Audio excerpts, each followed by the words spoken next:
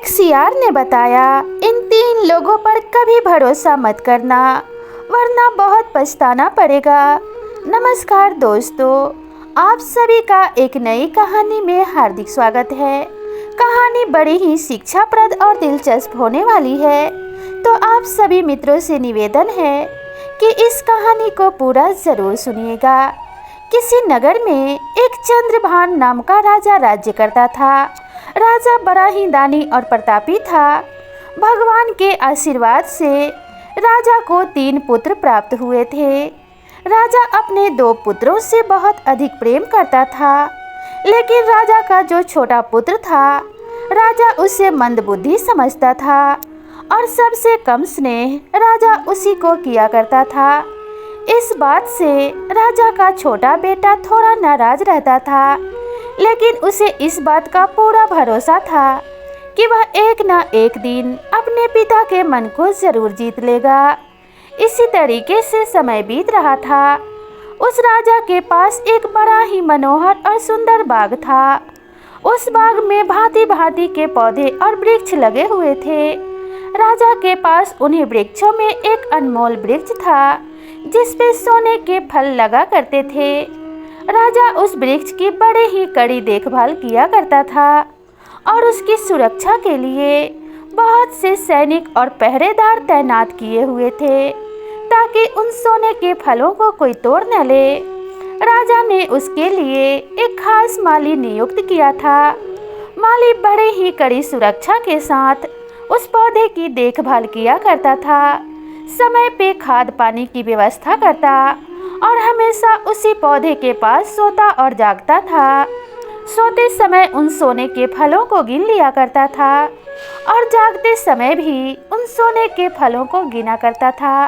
एक दिन की बात है, माली जैसे ही सोकर प्रातः काल उठा और उन फलों को गिनने लगा, तो उसमें से एक सोने का फल कम था। माली इस बात से बड़ा ही आश्चर्यचकित हुआ। वह मन में विचार करने लगा कि इतनी कड़ी चौकसी के बाद फल चुरा के कौन ले गया। इस बात से परेशान होकर माली राजा के पास पहुंचा और इस बात की सूचना दी कि आज किसी ने एक फल तोड़ लिया है।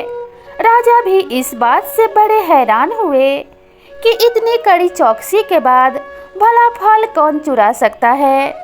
तभी राजा ने अपने बड़े पुत्र को आदेश दिया कि पुत्र जाओ और इस बात का पता लगाओ कि सोने का फल आखिर कौन चुरा कर ले गया। पिता की आज्ञा को मानकर सबसे बड़ा राजकुमार उस सोने के फल की पहरेदारी के लिए चला जाता है और सोने के पेड़ के पास खड़ा होकर पहरा देने लगता है।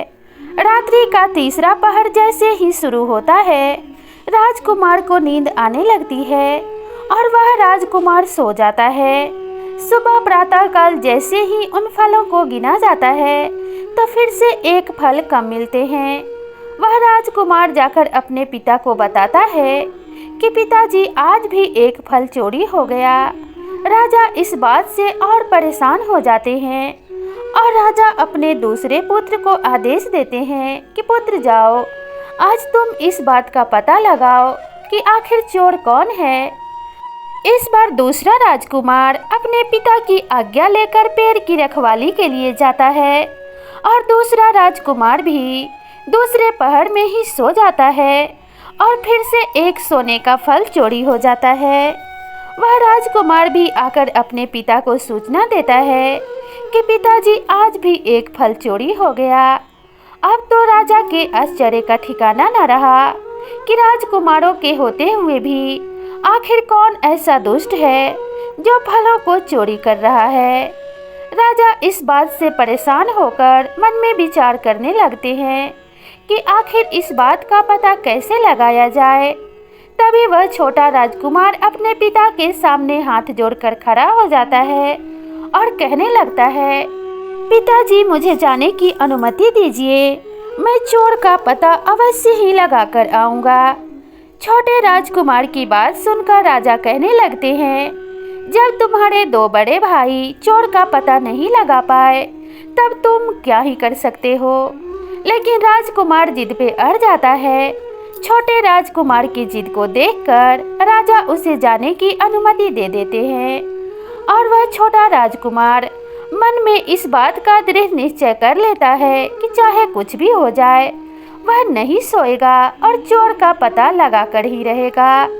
वह छोटा राजकुमार भी सोने के पेड़ के पास जाकर उसकी रखवाली करने लगता है। जैसे ही प्रातःकाल होने वाली होती है, प्रातःकाल होने के पूर्व ही एक तोता आता है और उड़ते हुए आकर उस सोने के पेड़ पर बैठ जाता है। छोटा राजकुमार तो पहले से ही सावधान और हाथ में तीर धनुष लेकर खड़ा था, लेकिन वह तोता भी बड़ा ही चतुर था। तोता जैसे ही मुंह में फल लेकर उड़ने लगा, राजकुमार ने निशाना लगाकर तोते के ऊपर तीर छोड़ दिया। तोता अपनी जान बचाता हुआ उड़ गया, लेकिन उसका सोने का एक पंख टूटकर नीचे गिर गया। राजकुमार सोने का पंख लेकर अपने पिता के पास पहुंचा और कहने लगा, पिताजी, उन सोने के फलों को चुराने वाला कोई मनुष्य नहीं बल्कि सोने का एक तोता है। सबूत के तौर पर मैं उसका एक पंख लेकर आया हूँ। जब राजा ने उन सोने के पंख को देखा तो उसकी सुंदरता देखकर मंत्रमुग्ध हो गए और अपने बेटों से कहने लगे, बेटा, अगर ये पंख इतना सुंदर है तो तुम मन में विचार करो, ये सोने का पक्षी कितना सुंदर होगा। अगर ये पक्षी हमारे राजमहल में आ जाए तो इसकी सुंदरता में 4 चांद लग जाएगा। और मैं चाहता हूँ कि तुम लोग इस सोने के तोते को पकड़कर मेरे पास ले आओ। मैं इसे राजमहल में ही रखना चाहता हूँ। अपने पिता की बात सुनकर बड़ा राजकुमार कहने लगा, हे पिताजी, मुझे आज्ञा दीजिए, मैं अवश्य ही इस सोने के तोते को पकड़ कर ले आऊँगा। राजकुमार की बात सुनकर राजा बड़े प्रसन्न हुए और अपने बड़े पुत्र को आज्ञा दे दी।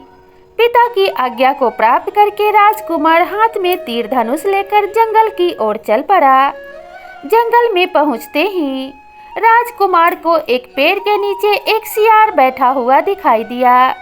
सियार को देखते ही राजकुमार ने धनुष पर तीर चढ़ा लिया और सियार के तरफ निशाना साध दिया। राजकुमार को धनुष पे तीर चढ़ाए हुए देखकर वह सियार डर गया और राजकुमार से चिल्लाते हुए कहने लगा, हे राजकुमार, मुझे मत मारो। मुझे मारकर तुम्हें क्या मिलेगा? मैं जानता हूँ तुम सोने के तोते की तलाश में आए हो। अगर तुम मेरी बात मानोगे तो मैं तुम्हें उस तोते तक अवश्य ही पहुँचा दूंगा। राजकुमार झल्लाते हुए कहने लगा, मुझे तुम्हारी सहायता की आवश्यकता नहीं, और उसने क्रोध में तीर छोड़ दिया। वह सियार भी बड़ा चतुर और फुर्तीला था। तीर से बचते हुए जंगल की तरफ भाग गया। जाते जाते सियार ने राजकुमार से कहा, हे राजकुमार, तुमने तो मेरी बात नहीं मानी, लेकिन फिर भी मैं तुम्हारी सहायता अवश्य करूँगा। यहाँ से जब तुम पूर्व दिशा की तरफ बढ़ोगे तो वहाँ पे तुम्हें 2 गुफा मिलेंगे। एक गुफा बड़ा ही सुंदर और सजीला होगा, बड़ा ही मनोहर होगा, और दूसरा गुफा एकदम उबड़ खाबड़ और कंकड़ से भरा होगा। लेकिन तुम सुंदर गुफा के अंदर मत जाना, तुम उबड़ खाबड़ और कंकड़ीले गुफा में प्रवेश करना। वहां से ही तुम्हें सोने के तोते तक पहुंचने का मार्ग मिलेगा। इतना कहकर वह सियार भाग गया। जब राजकुमार आगे बढ़ा और पूरब दिशा की ओर गया तो वहां पे उसे 2 गुफा दिखाई दी। एक गुफा बड़ी ही सुंदर और मनोहर थी। उसमें नृत्य और गान चल रहा था। लोग बड़े ही आनंद पूर्वक उस नृत्य का आनंद उठा रहे थे। दूसरी गुफा एकदम उबड़ खाबड़ और कंकड़ीली थी। राजकुमार ने विचार किया, इस कंकड़ीली गुफा में क्यों जाऊं? मैं तो इस सुंदर गुफा के अंदर जाकर आनंद उठाऊंगा। और राजकुमार उस सुंदर गुफा में प्रवेश कर गया और नृत्य गान देखने लगा। कई दिनों बाद भी जब वह राजकुमार अपने पिता के पास नहीं लौटा तो राजा ने अपने दूसरे पुत्र को आदेश दिया कि पुत्र जाओ और उस तोते और अपने भाई का पता लगाओ। पता नहीं क्या बात है, वे दोनों ही वापस नहीं आए। अपने पिता की आज्ञा मानकर वह दूसरा राजकुमार भी जंगल की तरफ निकल पड़ा और उसने भी जंगल में पहुंचते ही उस सियार को देखा और धनुष पर तीर चढ़ाकर निशाना साधने लगा। सियार ने पहले राजकुमार की भांति ही दूसरे राजकुमार को भी समझाने का प्रयास किया, लेकिन दूसरा राजकुमार भी नहीं माना और उसने भी सियार पे तीर छोड़ दिया। सियार उस तीर से बचकर निकल गया और दूसरे राजकुमार को भी उसने गुफा के बारे में बताया। दूसरे राजकुमार ने भी सियार के बातों पे ध्यान नहीं दिया और वह पूरब दिशा की ओर बढ़ चला। जब वहाँ पे राजकुमार पहुँचा तो उसने क्या देखा कि वहाँ पे दो गुफाएं हैं। एक तो बहुत ही सुंदर और लुभावनी है और दूसरी कंकरीली पथरीली एवं कांटेदार झाड़ियों से युक्त है। वह राजकुमार सुंदर गुफा में प्रवेश कर गया, अपने भाई की तरह ही व्यसनों में लिप्त हो गया। फिर से कई दिन बीत जाने पर भी दूसरा राजकुमार भी लौटकर नहीं आया तो राजा को चिंता होने लगी। अपने पिता को चिंतित देखकर छोटा राजकुमार कहने लगा, पिताजी आप इतनी चिंता मत कीजिए, मैं जाऊंगा और सोने का तोता भी ले आऊंगा और साथ में अपने भाइयों को भी ढूंढ कर लाऊंगा। तब राजा कहने लगे, जो कार्य तुम्हारे दोनों भाई नहीं कर पाए उसे तुम ही क्या कर पाओगे। क्योंकि राजा अपने छोटे बेटे को मंदबुद्धि एवं मूर्ख समझता था, फिर भी बेटे ने अपने पिता का सम्मान करते हुए उनको प्रणाम किया और धनुष बाण उठाकर जंगल की तरफ चल पड़ा। जैसे ही वह छोटा राजकुमार जंगल में पहुंचता है, फिर से वह सियार छोटे राजकुमार को भी दिखाई देता है। जैसे ही राजकुमार ने धनुष पर तीर चढ़ाकर निशाना लगाना चाहा, तभी वह सियार कहने लगा, राजकुमार मुझे मत मारो, मुझे मारने से कोई लाभ नहीं होगा। मैं जानता हूँ तुम सोने के तोते की तलाश में आए हो। अगर तुम मुझे छोड़ दो तो मैं तुम्हारी सहायता उस सोने के तोते को पकड़ने में करूँगा और तुम्हें सफलता अवश्य प्राप्त होगी। सियार की बातें सुनकर वह राजकुमार रुक गया और उसने अपना तीर संधान हटा लिया। यह देखकर वह सियार बड़ा प्रसन्न हुआ और राजकुमार से कहने लगा, राजकुमार तुम अच्छे इंसान मालूम पड़ते हो, इसलिए मैं तुम्हारी सहायता अवश्य करूँगा। बिना समय गंवाए तुम मेरी पीठ पर बैठ जाओ, आगे क्या करना है मैं तुम्हें रास्ते में बताता चलूँगा। इतना कहकर सियार ने देखते ही देखते अपना आकार बड़ा कर लिया और राजकुमार धनुष बाण हाथ में लेकर सियार के पीठ पर बैठ गया। अब तो वह सियार हवा में उड़ चला और देखते ही देखते गुफा के द्वार पर पहुंच गया और राजकुमार से कहने लगा, हे राजकुमार, यहाँ पर दो गुफाएं हैं, एक बहुत ही सुंदर और सजीली और मनोहर है और दूसरी कंकरीली पथरीली एवं ऊबड़ खाबड़ है। लेकिन तुम सुंदर गुफा में मत जाना, वहां जाने वाला व्यक्ति व्यसनों में लिप्त हो जाता है और कभी वापस नहीं आता। इसलिए तुम इस कंकरीली गुफा में ही अपना शयन और विश्राम करो और यहीं से आगे बढ़ने का तुम्हें रास्ता भी मिलेगा। सियार की बात मानकर वह छोटा राजकुमार उस कंकरीली गुफा में प्रवेश कर गया और वहीं पे विश्राम करने लगा। जैसे ही प्रातःकाल हुई, वह गुफा से बाहर निकला तो फिर से वही सियार उसे वहां पे मिल गया। सियार ने राजकुमार से कहा, हे राजकुमार, तुम मेरी पीठ पर बैठ जाओ, मैं तुम्हें सोने के तोते वाले महल में ले चलता हूँ। राजकुमार ने सियार की बात सुनी और वह सियार की पीठ पर बैठ गया। सियार फिर से हवा में उड़ चला। जैसे ही थोड़ी देर बाद वह एक महल के सामने पहुंचा, उसने राजकुमार से कहा, हे राजकुमार, जब तुम महल के अंदर प्रवेश करोगे तो वहां पे तुम्हें सोने का तोता दिखाई देगा। वहां पे एक लोहे का पिंजरा पड़ा होगा और एक सोने का पिंजरा हीरे मोती जड़े हुए और बहुत ही सुंदर सा पड़ा दिखाई देगा। लेकिन तुम लोहे का पिंजरा ही लेना, सोने के पिंजरे के लालच में मत आना। तुम जैसे ही सोने के पिंजरे को छुएगे, सैनिक तुम्हें पकड़ लेंगे और वह तोता चिल्लाने लगेगा, इसलिए तुम मेरी बातों का ध्यान रखना और निर्भय होकर तुम महल में प्रवेश कर जाओ, क्योंकि इस समय सभी सैनिक सो रहे होते हैं और कोई भी तुम्हें देख नहीं पाएगा।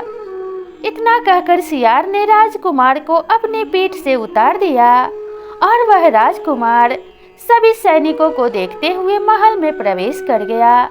सभी सैनिक गहरी निद्रा में थे। राजकुमार जैसे ही महल के अंदर पहुंचा, उसने क्या देखा कि सोने का तोता बैठा हुआ है और उसके पास में ही एक लोहे का पुराना पिंजरा है और उसके पास ही एक बहुत ही सुंदर हीरे मोतियों से जड़ा हुआ सोने का पिंजरा भी रखा हुआ है। राजकुमार अपने मन में विचार करने लगा कि इतने सुंदर तोते को मैं लोहे के पिंजरे में क्यों रखूं? इसे तो सोने के पिंजरे में रखना चाहिए। राजकुमार ने उस तोते को पकड़ लिया और जैसे ही उसने सोने के पिंजरे को हाथ में उठाया, वह तोता जोर जोर से चिल्लाने लगा। तोते की आवाज़ सुनकर सभी सैनिक जाग गए और उन्होंने राजकुमार को पकड़ लिया। राजकुमार को लेकर वे राजा के पास पहुँचे और राजा से यह सभी बात बता दिया कि यह राजकुमार सोने की तोते की चोरी करने आया था। जो राजा था इस बात को सुनकर बहुत क्रोधित हुआ। उसने राजकुमार से कहा, तुम्हारी हिम्मत कैसे हुई कि तुमने मेरे तोते को चुराने का प्रयास किया और तुमने बिना मेरी अनुमति के मेरे महल में प्रवेश किया। तुम्हें मौत की सजा दी जाती है।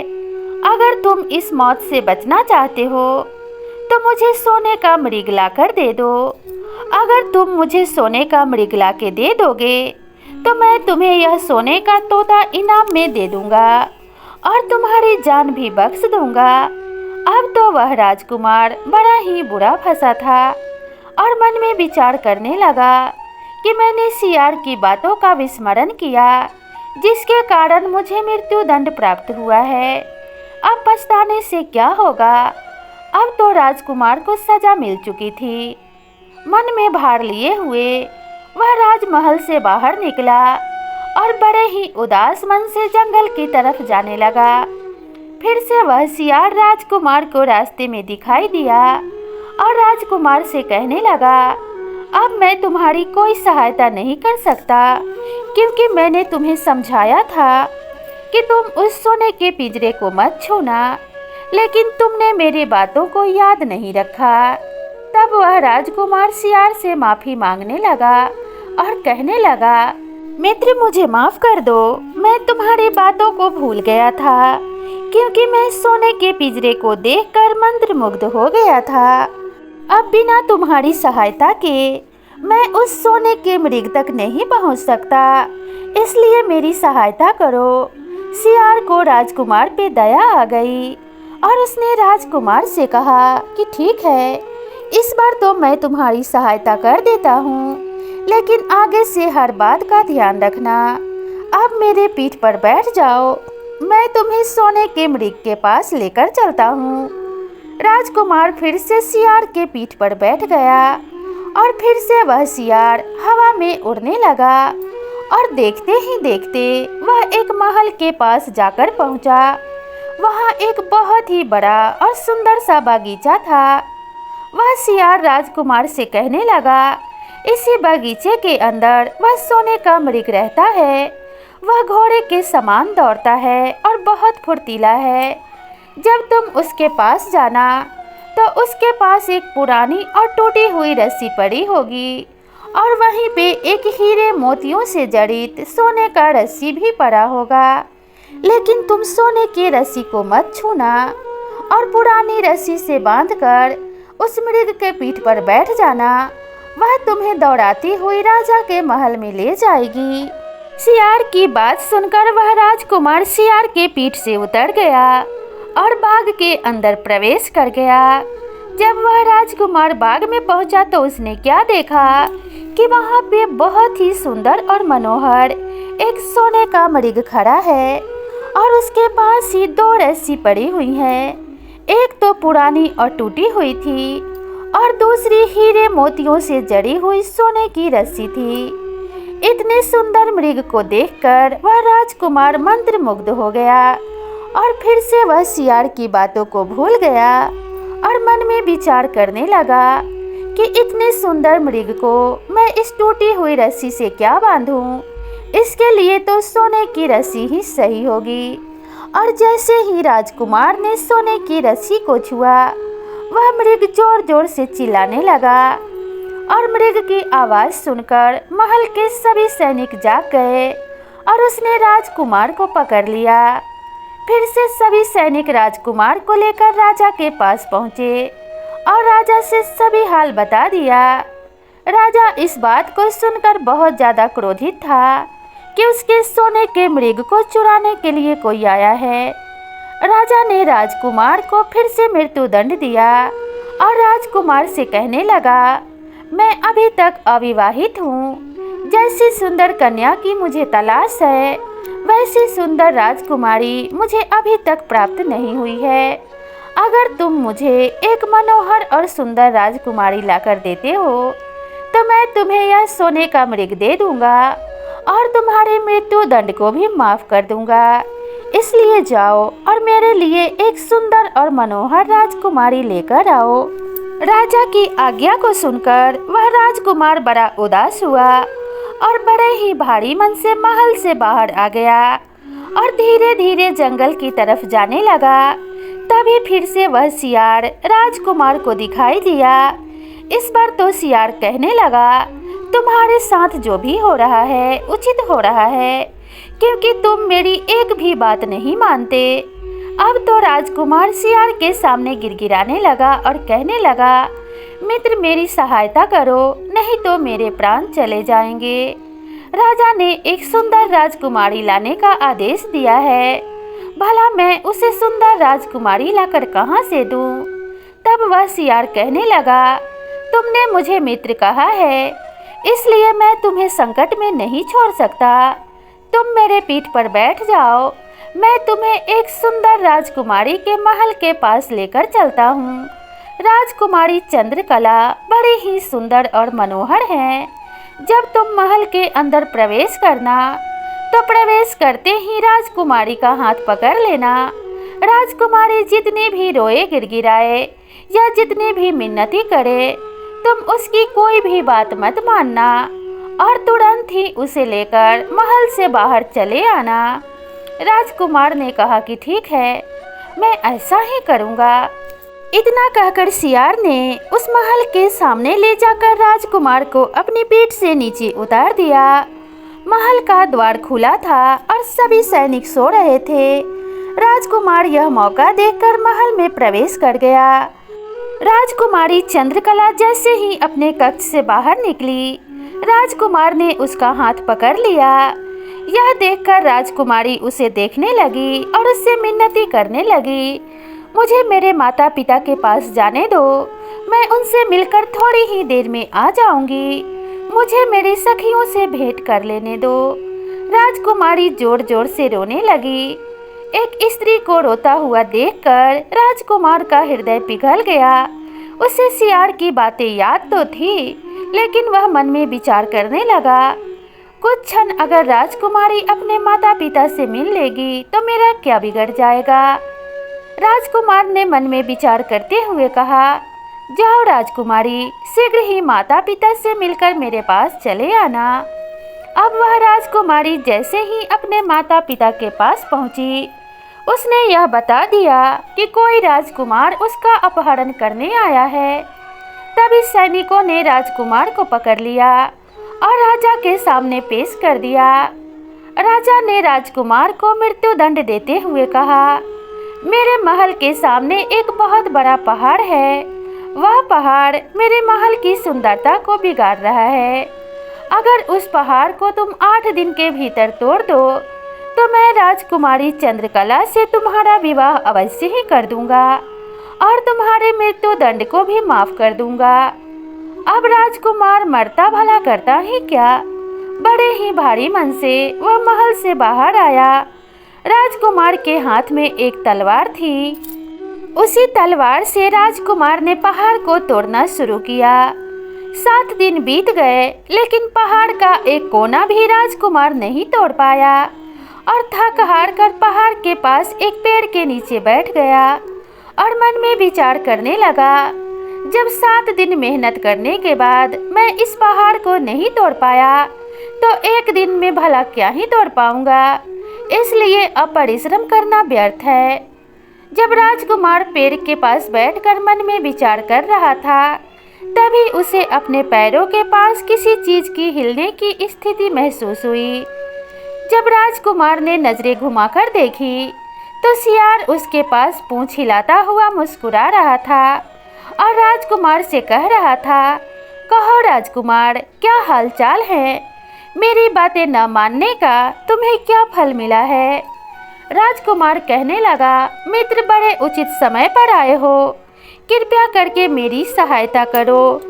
राजकुमार की बातें सुनकर सियार कहने लगा, अब तो मित्र के नाते सहायता करनी ही पड़ेगी। तुम बिल्कुल भी चिंता मत करो। मैं 7 दिनों से लगातार तुम्हारी निगरानी कर रहा था और तुम्हें परिश्रम करते और पहाड़ तोड़ते हुए देख रहा था, इसलिए तुम थक गए हो। अब विश्राम करो। देखो, मैं पल में ही इस पहाड़ को कैसे तोड़ देता हूँ। अब तो वह राजकुमार सो गया और सियार ने क्षण भर में ही उस पहाड़ को तोड़ दिया। राजकुमार की जैसे ही आंखें खुली, उसने क्या देखा कि वह पहाड़ तो वहां से गायब है। अब सियार ने राजकुमार से कहा, जाओ राजकुमार, राजा तुम्हें पुरस्कार में अपनी राजकुमारी देंगे और उससे तुम्हारा विवाह करा देंगे। अब राजकुमार प्रसन्नतापूर्वक राजा के सामने गया और राजा से निवेदन करते हुए कहा, महाराज, मैंने आपकी आज्ञा अनुसार आपके राजमहल के सामने का पहाड़ तोड़ दिया है। अब आपके महल की सुंदरता नहीं बिगड़ेगी।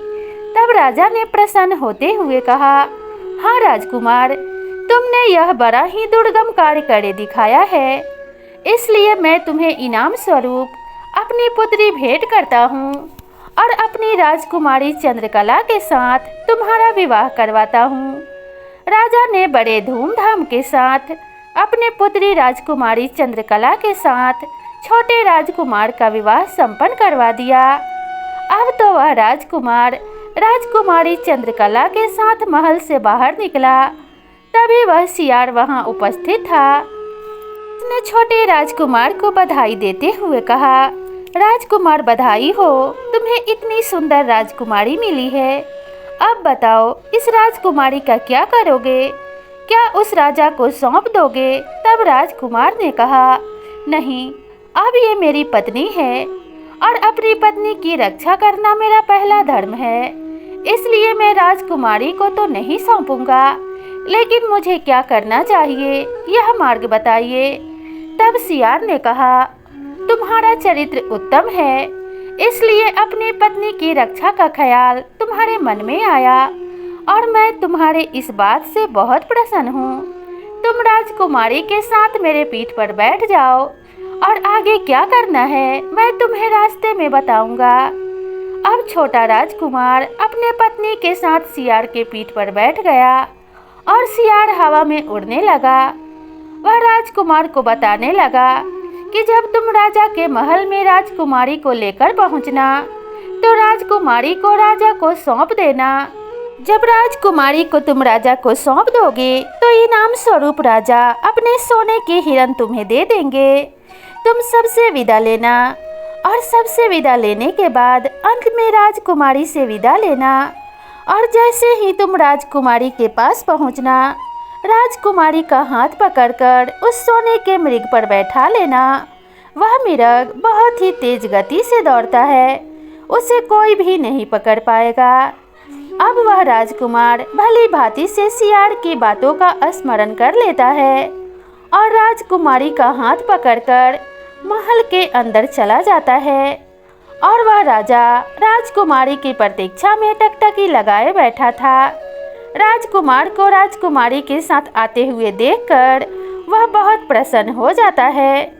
छोटे राजकुमार ने राजकुमारी को राजा के हाथों सौंप दिया और बदले में अपना पुरस्कार यानी सोने का मृग मांग लिया। राजा ने सोने का मृग राजकुमार को दे दिया और उसकी मृत्यु दंड भी माफ कर दी। तब राजकुमार ने सभी से विदा लिया। राजा से विदा लेने के बाद वह राजकुमारी के पास पहुंचा और जैसे ही राजकुमारी के पास पहुंचा, उसने राजकुमारी का हाथ पकड़कर सोने के मृग पे बैठा लिया। देखते ही देखते वह सोने का मृग हवा में उड़ चला और सभी उसे देखते ही रह गए। अब वह सियार के पास पहुंचा, जहां एक पेड़ के नीचे खड़े होकर सियार उसकी प्रतीक्षा कर रहा था। सियार ने राजकुमार की बहुत तारीफ की और कहा, अच्छा किया कि तुमने राजकुमारी को वहां नहीं छोड़ा। अब यह तुम्हारी धर्मपत्नी और अर्धांगिनी है और अपनी पत्नी की रक्षा करना तुम्हारा परम कर्तव्य है। राजकुमार और राजकुमारी सोने के हिरन पर बैठ गए और साथ साथ वह सियार भी हवा में उड़ने लगा और राजकुमार और राजकुमारी भी हिरन के साथ हवा में उड़ने लगे। उड़ते उड़ते वे सभी उस राजा के पास पहुँचे जहाँ सोने का तोता रहता था। अब तो वह राजकुमार सोने का मृग लेकर राजा के महल में दाखिल हुआ और सियार की सुरक्षा में अपने पत्नी को छोड़ गया। जब सोने का मृग लेकर वह छोटा राजकुमार राजा के सामने पहुंचा तो राजा बहुत प्रसन्न हुआ और उसने सोने का मृग राजकुमार के हाथों से ले लिया और इनाम स्वरूप सोने का तोता राजकुमार को दे दिया। सोने का तोता लेकर राजकुमार ने सभी से विदा लिया और अंत में वह हिरन से विदा लेने पहुंचा, लेकिन वह सोने के तोते को लेकर हिरन के पीठ पर बैठ गया और देखते ही देखते वह सोने का हिरन हवा में उड़ चला। अब थोड़ी ही देर में वह सोने का तोता और सोने का मृग लेकर सियार और अपने पत्नी के पास पहुंचा और वे सभी एक साथ अपने महल के लिए चल पड़े। राजकुमार बहुत प्रसन्न था क्योंकि उसने सोने का मृग भी हासिल कर लिया था, सोने का तोता भी हासिल कर लिया था और बहुत ही सुंदर अप्सरा सी राजकुमारी उसे पत्नी स्वरूप मिली थी, इसलिए वह बहुत ही ज़्यादा खुश था। सियार ने उसे बधाई देते हुए कहा, मित्र तुम बहुत ही भाग्यशाली हो, एक की तलाश में आए थे और तुम्हें तीन तीन चीज़ें मिली और वो भी बहुत ही अद्भुत। इतने पे राजकुमार ने सियार से कहा, मित्र यह सब तुम्हारे मदद के बिना संभव नहीं था, यह सब तो तुम्हारे मित्रता का फल है। जो तुम्हारे जैसा अच्छा और सच्चा मित्र मुझे मिला। तुमने मेरे लिए इतना कुछ किया है, अब मैं भी तुम्हारे लिए कुछ करना चाहता हूँ। मुझे बताओ मैं तुम्हारे लिए क्या कर सकता हूँ, क्योंकि मैं तुम्हारे एहसानों के ऋण तले दबा जा रहा हूँ। अगर मैं थोड़ा भी तुम्हारे लिए कुछ कर पाऊँ तो मेरे मन को बड़ी ही तसल्ली होगी। छोटे राजकुमार की बात सुनकर सियार ने कहा, मित्र अगर सचमुच तुम मेरे लिए कुछ करना चाहते हो तो अपने तरकस से एक तीर निकालो, अपने धनुष पर चढ़ाओ और मेरी हत्या कर दो, इससे ही मुझे मुक्ति मिलेगी। सियार की बात सुनकर राजकुमार कहने लगा, मैं भला ऐसा कैसे कर सकता हूँ, मेरे जीवन में तुम्हारे जैसा मित्र कहाँ से आएगा। तुमने मेरे साथ इतना उपकार किया और बदले में मैं इतना बड़ा अपकार नहीं कर सकता, मैं तुम्हारी हत्या नहीं कर सकता। तब सियार कहने लगा, अगर तुम ऐसा नहीं कर सकते तब तो तुम मेरे लिए कुछ भी नहीं कर सकते। अब तुम अपनी पत्नी, सोने के तोते और सोने के मृग के साथ अपने पिता के पास अपने राजमहल लौट जाओ, लेकिन जाते जाते मेरी आखिरी बात याद रख लो। रास्ते में अगर तुम्हें कोई ऐसा व्यक्ति मिले जिसे फांसी की सजा हो रही हो तो उसके ऊपर अपना धन खर्च मत करना, वरना तुम्हें बहुत पछताना पड़ेगा, क्योंकि ऐसे दुराचारी व्यक्तियों की रक्षा करने से कभी किसी का भला नहीं होता। और रास्ते में जाते समय किसी कुएं के दीवार पर मत बैठना। राजकुमार सियार की बातें सुनकर कहने लगा, भला मैं किसी अपराधी की रक्षा क्यों करूंगा और उसके ऊपर अपना धन क्यों खर्च करूंगा, और मैं भला किसी कुएं की दीवार पर क्यों बैठूंगा।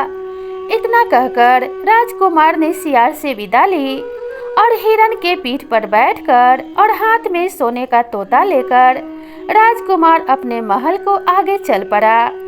जाते जाते रास्ते में एक बगीचा था जहां उसे बहुत सी भीड़ इकट्ठी हुई दिखाई दी। इतने लोगों को एक साथ जमा हुआ देखकर राजकुमार वहां पे पहुंच गया और लोगों से पूछने लगा, यहाँ पे क्या हुआ है, इतने लोग क्यों इकट्ठे हो रहे हैं। तभी लोग कहने लगे, यहाँ पे 2 दुराचारी व्यक्तियों को फांसी हो रही है। ये लोग अपराधी हैं, स्त्रियों के साथ दुष्कर्म करते हैं, शराब पीते हैं, जुए खेलते हैं। कोई ऐसी बुरी लत नहीं है जो इन्हें नहीं है, इसीलिए राजा ने इन्हें फांसी की सजा सुनाई है। जब वह छोटा राजकुमार उन दोनों अपराधियों के समीप पहुंचा तो राजकुमार की आंखें फटी की फटी रह गई, क्योंकि वह कोई और नहीं, उसके दोनों सगे भाई थे। उन्हें देखकर राजकुमार बड़ा ही आश्चर्यचकित हुआ और राजा से विनती करके और कुछ सोने की मोहरें देकर अपने दोनों भाइयों को मुक्त करवा लिया। अब तो वह राजकुमार अपने भाइयों को लेकर आगे की तरफ जाने लगा। उसके दोनों भाई बड़े ही धूर्त थे और सोने के हिरण और उस राजकुमारी और तोते को हथियाना चाहते थे। जब वे सभी एक साथ कुछ दूर चले गए तब बड़े राजकुमार ने कहा, काफी दूर से आ रहे हैं, बड़ी थकान सी लग रही है, चलो उस कुएं के पास बैठकर थोड़ा विश्राम कर लेते हैं और थोड़ा जल पी लेते हैं। अपने बड़े भाई की बात मानकर वह छोटा राजकुमार राजी हो गया और जाकर कुएं के दीवार पर बैठ गया। मौका पाकर दोनों भाइयों ने राजकुमार को कुएं में धक्का दे दिया और वहां से राजकुमारी सोने के हिरण और सोने के तोते को लेकर अपने पिता के पास लौट गए और जाकर अपने पिता से कहा, पिताजी, आपने तो सिर्फ सोने का तोता मांगा था, हम आपके लिए सोने का हिरण भी लाए हैं और यह सुंदर सी राजकुमारी भी हमें भेंट स्वरूप मिली है। राजा यह देखकर बहुत प्रसन्न हुआ और अपने दोनों पुत्रों को सीने से लगा लिया। लेकिन तोता, हिरण और राजकुमारी, उन तीनों में से कोई भी प्रसन्न नहीं था। तीनों अपनी आंखों से अश्रुधार बहा रहे थे और दिन प्रतिदिन उदास और दुखी रहने लगे। राजा को यह बात समझ में नहीं आ रही थी कि आखिर इनके दुख का कारण क्या है। तभी कुछ दिन बीत जाने के बाद एक दिन वही सियार उस कुएं के पास पहुंचा। वह राजकुमार मरा नहीं था, क्योंकि कुएं में बहुत कम पानी था, लेकिन भूख प्यास के कारण उसका बुरा हाल हो रहा था। तभी वह सियार कहने लगा, मित्र, मैंने तुमसे कहा था कि ऐसे किसी अपराधी की सहायता मत करना जिन्हें फांसी की सजा हुई हो, और रास्ते में कभी कुएं की दीवार पर मत बैठना, लेकिन तुम मेरी बातों को भूल गए। तब वह छोटा राजकुमार कहने लगा, मित्र, मुझे माफ करो और मेरे प्राणों की रक्षा करो। तब सियार ने कहा कि तुम्हें बचाने के लिए मैं एक छोटी रस्सी डालता हूँ, इसे पकड़कर तुम बाहर आ जाना। सियार ने कुएं के अंदर एक छोटी रस्सी डाल दी और देखते ही देखते वह रस्सी बहुत बड़ा हो गया। राजकुमार उस रस्सी को पकड़कर बहुत आसानी से कुएं से बाहर आ गया। अब सियार ने उसे अपने पीठ पे बिठा लिया और उसके राज्य के समीप ले जाकर छोड़ दिया। तब वह राजकुमार जाने लगा तो सियार कहने लगा, मित्र, राजा के महल में जा तो रहे हो, लेकिन इस बात का ध्यान रखना, तुम्हारे दोनों भाई तुम्हारे प्राणों के शत्रु हैं। तब राजकुमार कहने लगा, हाँ, मुझे मालूम है, इसलिए मैं इस बात का विशेष ध्यान रखूंगा। और उसने राजकुमार के वस्त्र उतार दिए और सन्यासियों का वेश धारण करके महल के अंदर चला गया। जैसे ही छोटे राजकुमार ने महल में प्रवेश किया, हिरण, तोता और राजकुमारी तीनों ही प्रसन्न हो गए और बड़े ही प्रसन्न चित्त के साथ रहने लगे। जब राजा ने इस बात का कारण पूछा तो राजकुमारी ने राजा से कहा, हम अपने स्वामी के कारण दुखी थे, हमारे स्वामी अब यहाँ आ गए हैं। तब राजा ने राजकुमारी से कहा, कौन है तुम्हारा स्वामी? तब वह राजकुमारी कहने लगी, मुझे आपके इन दोनों पुत्रों ने प्राप्त नहीं किया, बल्कि आपके छोटे राजकुमार के साथ मेरा विवाह हुआ है। उन्होंने ही मेरे पिता से इनाम स्वरूप मुझे प्राप्त किया था और मेरे पिता ने बड़े ही धूमधाम से छोटे राजकुमार से मेरा विवाह संपन्न करवाया था। इसलिए मैं उनकी पत्नी हूँ और वे मेरे पति यानी कि मेरे स्वामी हैं और उन्हीं के कारण मैं दुखी थी। तोते और हिरण को भी उन्होंने ही प्राप्त किया था। आपके इन दोनों पुत्रों ने तो आपको धोखा दिया है। इन्हें दुष्कर्मों के कारण फांसी की सजा हुई थी। तब आपके छोटे पुत्र ने इन्हें मुक्त कराया और जब हम सभी मिलकर मार्ग में आ रहे थे तो एक जगह कुआं देखकर इन सब ने विश्राम करने की इच्छा जताई और जब मेरे स्वामी उस कुएं पर बैठ गए तो आपके बड़े पुत्र ने मेरे पति को उस कुएं के अंदर धक्का दे दिया, जिसके कारण हम सभी उदास थे। लेकिन ईश्वर ने मेरे स्वामी की रक्षा की है और वे यहाँ आ पहुँचे हैं। तब राजा कहने लगा कि बताओ पुत्री, मेरा पुत्र कहाँ है? तभी राजकुमारी राजकुमार का हाथ पकड़कर राजा के सामने ले आई और कहने लगी, यही सन्यासी के रूप में आपके छोटे राजकुमार हैं और यही मेरे पति हैं। राजा ने छोटे राजकुमार को सीने से लगा लिया और अपने दोनों पुत्रों को राज्य से बाहर निष्कासित कर दिया और कहने लगे, मेरे राज्य में अपराधियों के लिए कोई जगह नहीं है। मैं एक न्यायप्रिय और प्रजापालक राजा हूँ। अगर तुम जैसे अपराधी मेरे ही पुत्र हैं तो उन्हें भी दंड अवश्य मिलना चाहिए। अब वे दोनों राजकुमार उस राज्य से बाहर चले गए और राजा ने छोटे राजकुमार का राज तिलक कर दिया और राजा घोषित कर दिया। अब वह छोटा राजकुमार अपने पत्नी के साथ महल में सुखपूर्वक रहने लगा। तोता और हिरण भी राजकुमार और रानी के साथ सुखपूर्वक रहने लगे। काफी समय बीत जाने के बाद राजकुमार को अपने सियार मित्र की याद आने लगी और वह बहुत याद करने लगा। तब उसने सोचा कि मुझे उससे मिलने जंगल में अवश्य ही जाना चाहिए। छोटा राजकुमार अपने मित्र की तलाश में जंगल में पहुंच गया। वह सियार वहीं पे बैठा था जहां पे पहली बार वह राजकुमार को मिला था। राजकुमार ने सियार को देखा और सियार ने राजकुमार को। सियार ने तुरंत ही राजकुमार को पहचान लिया और कहने लगा, मित्र, आज मेरी याद कैसे आ गई? तभी वह राजकुमार कहने लगा, मित्र, मैं आपको कैसे भूल सकता हूँ। मुझे आपकी बहुत याद आ रही थी, इसीलिए मैं आपसे मिलने आया हूँ। राजकुमार की बात सुनकर वह सियार कहने लगा, मित्र, तुम पहले व्यक्ति हो जो अपना कार्य सिद्ध होने के बाद भी मेरे तलाश में यहाँ आए हो। अगर तुम सच्चे मन से मुझे मित्र मानते हो तो तुम मेरी हत्या कर दो, क्योंकि मैं वास्तव में सियार नहीं हूँ। मैं उसी राजकुमारी का भाई हूँ जिससे तुम्हारा विवाह हुआ है। राजकुमारी चंद्रकला मेरी बहन है और मेरी सगी छोटी बहन है। मैं एक ऋषि के श्राप के कारण सियार बन गया हूँ। अगर तुम मुझे मार दोगे तो मुझे इस योनि से मुक्ति मिल जाएगी और मैं अपने राजमहल लौट सकूंगा और अपने माता पिता की सेवा कर पाऊंगा। सियार की बात सुनकर वह राजकुमार मन में विचार करने लगा और अंत में उसने निश्चय किया कि मुझे अपने मित्र की मदद अवश्य ही करनी चाहिए। उसने अपने धनुष पर एक तीर चढ़ाया और सियार को निशाना लगाते हुए उसने तीर छोड़ दिया। सियार के मस्तक में तीर जाकर लग गया और देखते ही देखते सियार के प्राण पखेरु उड़ गए। जैसे ही सियार की मृत्यु हो गई, वहाँ पे एक बहुत ही सुंदर और दिव्य राजकुमार प्रकट हुआ।